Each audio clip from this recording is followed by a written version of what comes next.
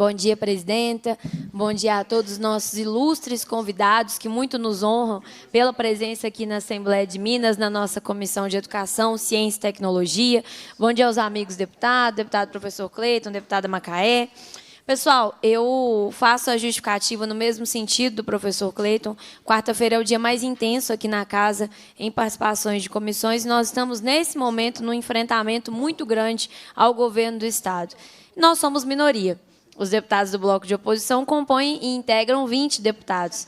Alguns parecem que são 3 ou 4, de tanto que a gente participa de muita coisa ao mesmo tempo para poder fazer os enfrentamentos que são necessários e que o povo mineiro e parte importante da população confiou em nós para que a gente fizesse.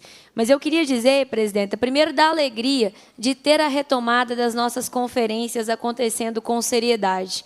É impossível que a gente pense na construção de políticas públicas se a gente as faz ensimesmado ou encastelado, seja aqui na Assembleia, seja no Congresso Nacional, seja do Palácio do Planalto, seja da cidade administrativa. A política pública, para ser eficiente de verdade, para ter respaldo de verdade e para ter eficiência de verdade, ela necessariamente precisa ser construída coletivamente. Isso adiciona algumas camadas de dificuldade, porque quando a gente faz as coisas coletivamente, vez ou outra a gente escuta alguém que a gente não concorda, vez ou outra a gente é chamado a mudar de opinião. E tudo isso é um processo que é difícil, mas que também pode ser pedagógico e também pode trazer para a gente muito aprendizado e a oportunidade de, no fim do dia, ter uma proposta muito melhor do que aquela que ia sair só da nossa cabeça.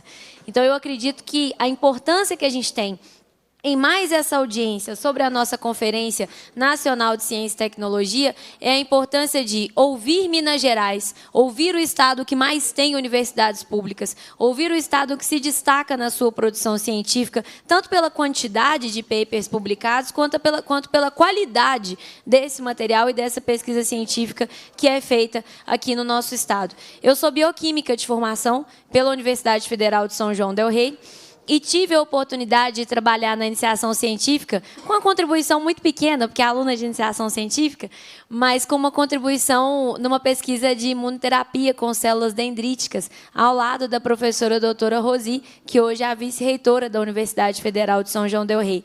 É um orgulho pessoal poder chamá-la de amiga e ter caminhado ao lado dela durante essa trajetória de aprendizado na universidade.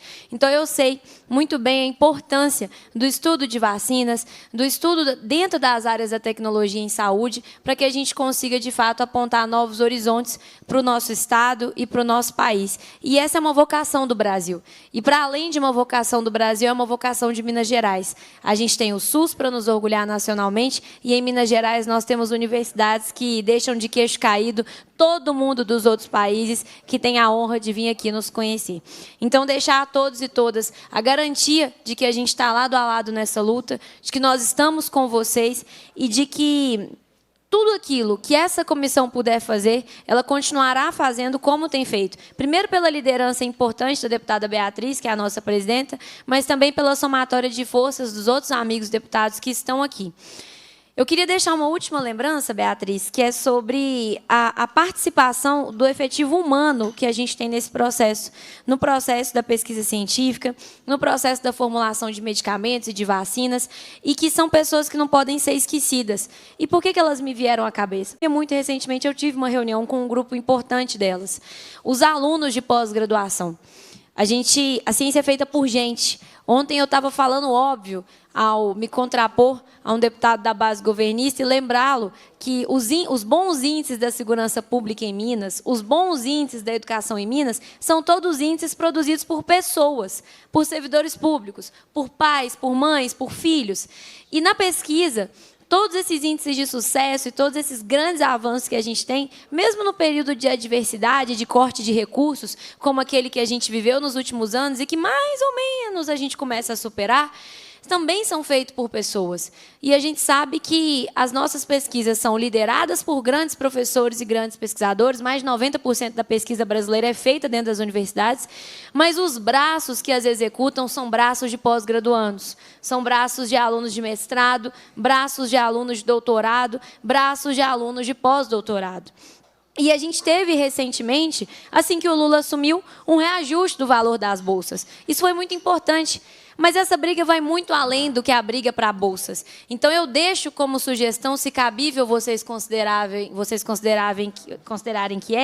que a gente reflita também como um tema dessa audiência e algo que a gente pode colocar de encaminhamento para a 5ª conferência, a necessidade de reconhecer a luta por mínimos direitos previdenciários para os nossos alunos de pós-graduação. A NPG tem uma luta importante nesse sentido, tem projeto pautado no Congresso nesse sentido, e a gente precisa caminhar.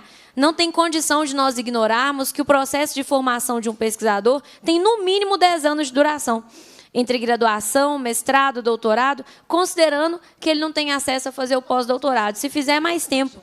E é disso que a gente precisa para ter professores qualificados. Senão a gente vai ter apenas alunos como eu fui, de iniciação científica, que tem seu valor, mas não tem condição de fazer uma pesquisa longa, um grande planejamento. E eu acho que essa Assembleia, como o encaminhamento e o desenvolvimento dessa audiência de hoje, precisa se colocar ao lado dos nossos pós-graduandos, pelo quanto eles são essenciais na produção da pesquisa científica que o nosso país produz e que tanto nos orgulha. Eu me estendi, presidenta, mas eu não podia deixar de falar sobre isso, porque a gente sempre precisa lembrar que a pesquisa é feita por seres humanos e que essas pessoas também precisam da valorização adequada e dos seus direitos previdenciários. Ninguém pode ter medo de envelhecer e daquele momento que, na verdade, todo mundo aguarda, que é o momento de poder descansar, ficar de perna para o ar e aproveitar a família. Muito obrigada, presidenta.